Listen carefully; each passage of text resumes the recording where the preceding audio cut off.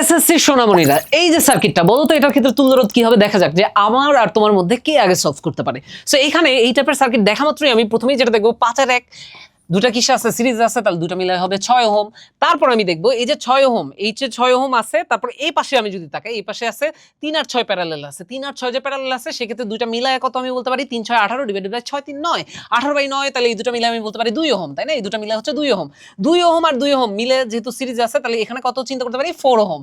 তাহলে এই পাশের ব্রাঞ্চে এখানে দুইটা ব্রাঞ্চ হয়ে গেল, আমি যে সিম্পলিফাই করে ফেলতেছি সেক্ষেত্রে দুইটা ব্রাঞ্চ হয়ে গেল। এই ব্রাঞ্চে তাহলে আছে 4 ওহম আর এই ব্রাঞ্চে আছে কত 6 ওহম। তাহলে এরপর আমি এই দুটা আবার কিসে আছে বলো, এই দুটো আছে প্যারালাল আছে।